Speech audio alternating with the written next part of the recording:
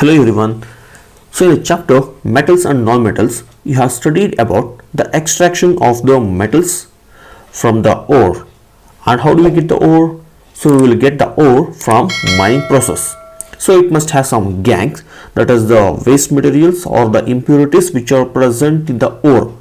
So after the extraction of the metals from all these ores, do you assure the metal which is extracted it is 100% pure?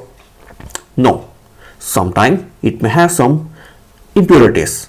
Then we have to remove all the minute impurities which are present in the metal. That is to get the ultra pure metal. Then what are the method which we can use to get the ultra pure metals? So for that we have many methods. So in that we are discussing about an important method which is used to get the ultra pure metal. So that is electrolytic refining method.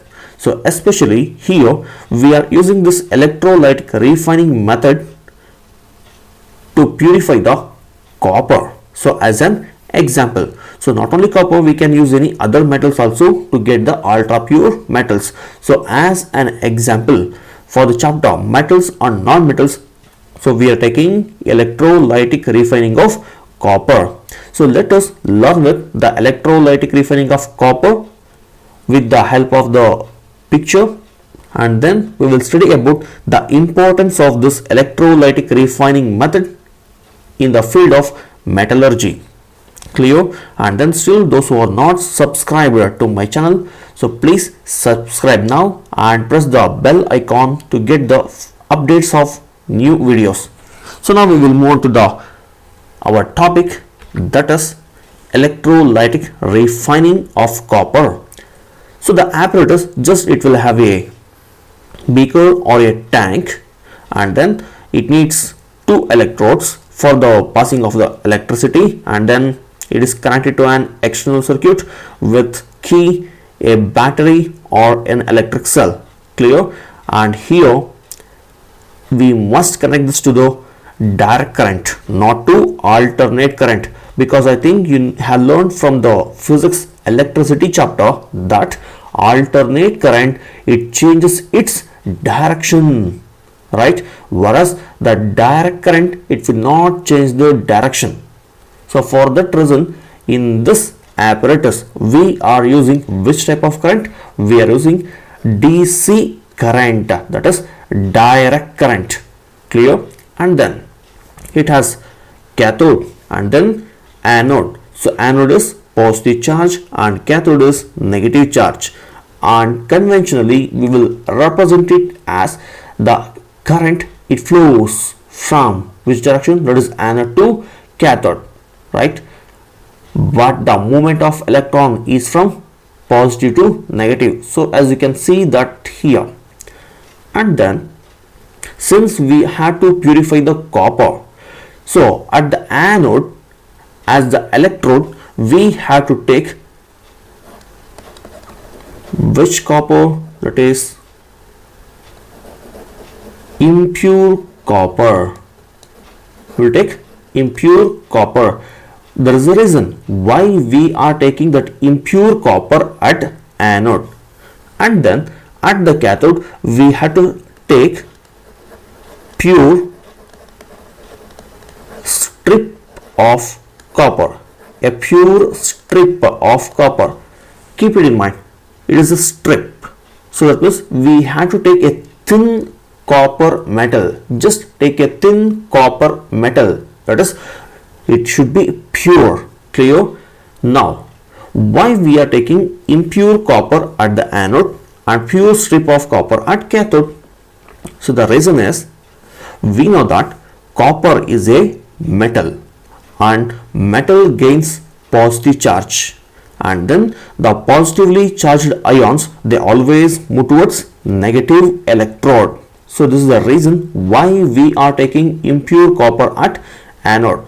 Not only copper, so if you take any metals for purification by the electrolytic refining method, so all the impure metals we will take at the anode, and then the metal which we are purifying by using this electrolytic refining method, that same element or the same metal, pure metal, we will take it as what? Cathode. So at anode we will have the impure metals, and at the cathode we will have the pure strip of the same metal which we are going to purify at the anode. Then, so since here we are purifying copper, we took impure copper at the anode and pure strip of copper at cathode, and then as an electrolyte. So where is the electrolyte? So as you can see in the picture, the blue color solution, so we call it as electrolyte. Why we are taking the electrolyte? So the reason is, we know that like solid metals, liquids also conduct electric current. For example, tap water and also solutions of the salt. Maybe you have studied that in your previous classes about salt solution conducts electric current by using some activities, and also you have did some activities in the chapter acid, bases and salts, where it shows the liquids either in the form of solutions or in the case of molten solutions, they conduct electric current. So here we are taking an electrolyte, and keep it in mind, the property of this electrolyte should be, we have to take the same salt solution. For example, if we are purifying copper, the electrolyte, it should be the salt of copper. That means it should be the solution, salt solution of the same metal, that is copper. So since we are purifying copper, I took copper sulfate solution, and here the copper sulfate is a salt, and when we dissolve this in water, it becomes copper sulfate solution. And one more term we can see here, it is acidified. So why we are acidified this electrolyte even though it has copper sulfate solution? See, whenever we dissolve the copper sulfate solution in this water, so it gives us ions, that is copper ion, and then it gives sulfate ion. So these ions are responsible for the conduction of electric current. But still, even though it has ion, we have acidified the electrolyte. The reason is, whenever we add any acids, either HCl or H2SO4, so it increases the concentration of ions. Those acids increases concentration of the ions, so which makes the conduction easy, So for that reason we have acidified this copper sulfate solution. So now let us begin with the purification method. So when you pass the current through the electrodes, we know that the copper which is at the anode, it becomes positive charge. So as you can see the reaction, what it takes place in the electrolytic chamber. So the copper which is present at the anode, that is an impure copper, so it gets ionized by losing 2 electrons, and it becomes copper 2 plus ion, right? So whenever it becomes copper 2 plus ion, the copper ions gets released into the solution. Here you should not get a confusion, that is we are showing the arrow mark that the copper ions are moving from anode to cathode. But so this movement, it does not take place directly from anode to cathode. You know how it happens?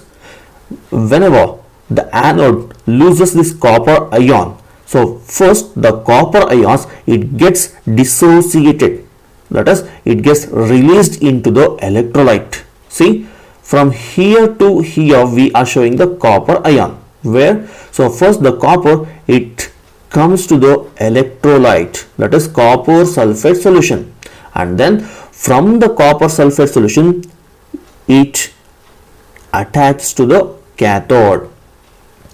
Clear? So for that reason here they have indicated by how many arrow marks? 2. one arrow mark is from anode, that is electrode to the solution, and then solution to the cathode. Why?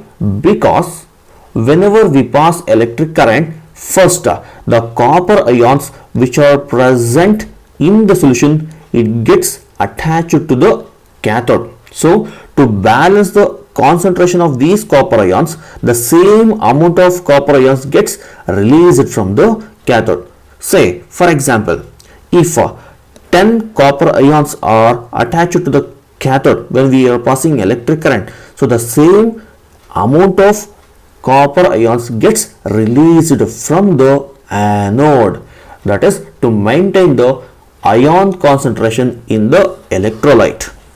And then when the pure copper ions gets moved from anode to cathode, so here any impurities which are present in the impure copper, they gets released and they settles at the bottom. So we call this as anode mud. So this is what happens during electrolytic refining of copper, and whenever this copper comes to the cathode, so this reaction takes place. So this copper 2 plus ion, it gets 2 electron which is released earlier and it becomes copper. So this is the way of electrolytic refining of copper. So I will repeat it again. It has how many electrodes? 2 electrodes. So anode, it will have impure copper, cathode will have pure strip of copper, and it is connected to an external circuit, and here we will use only direct current, and then as the electrolyte we will use the same metal solution, not metal solution, it is the metal salt solution. So since we are purifying copper, we are taking copper sulfate solution which is slightly acidified. If you want to purify silver, then which type of solution we have to take? We have to take silver salt solution. I think I made it clear. And then whenever we pass the electric current through these electrodes, we know that through the solutions or through the molten solutions or molten states, electric current passes. So for that reason, the copper ions which are present in the electrolyte, it moves and attaches to the cathode. A reason, cathode is negatively charged and then the ions are positively charged. Which ion? That is metal ions. They are positively charged. So positively charged copper ions, they move towards cathode, and then the same amount of copper ions gets released from anode to the solution to maintain the equal concentration of copper ion concentration in the electrolyte. And one note is the copper ions from the anode will not directly goes to cathode. So first the copper ions which are present in the anode, they gets released to the solution, and then from solution to cathode. Is clear? Okay. And then the reaction which takes place at the anode and at the cathode is given here. So now we have studied only about purification of the metal. So is it the only importance of this method? No. We can use this electrolytic refining of any metal chamber first thing for the purification of metal, right? So we have studied that process now. So it is used for purification of the metals, and you know, along with this we can use for one more purpose, that is for, I think you have studied this, electroplating, for electroplating. So now what do you mean by electroplating? For example, if you have purchased a new bicycle or new bike, so you just look at into the rim of the vehicles or the handles which looks like steel, but actually are they made of steel? No. That is on the iron, just they will coat the metals, other metals. Clear? And then you have studied the artificial ornaments, that is gold plated ornaments. So by using this technique we can coat one metal on another. Why? Because to prevent the rusting process. So that we call it as electroplating. That means plating any one metal on the another metal. Reason is to prevent the rusting of that metal. For example, if you say iron undergoes rusting process easily, clear, whereas the gold, it will not undergo any corrosion. So we can coat that gold on iron. How? Same. At the cathode, just we will take the iron, and at the anode you take the gold, and when you pass the current through by using the DC current, the gold, it dissociates from here or it releases from here and it attaches to the iron plate, and then the iron gets plated with gold. So this is the another purpose of using this electrolytic refining chamber. Clear? And now if you like this video, please press the like button, and if you are not subscribed, subscribe to my channel to get the new videos regarding your science lessons, and then forward these videos those who need it. Thank you.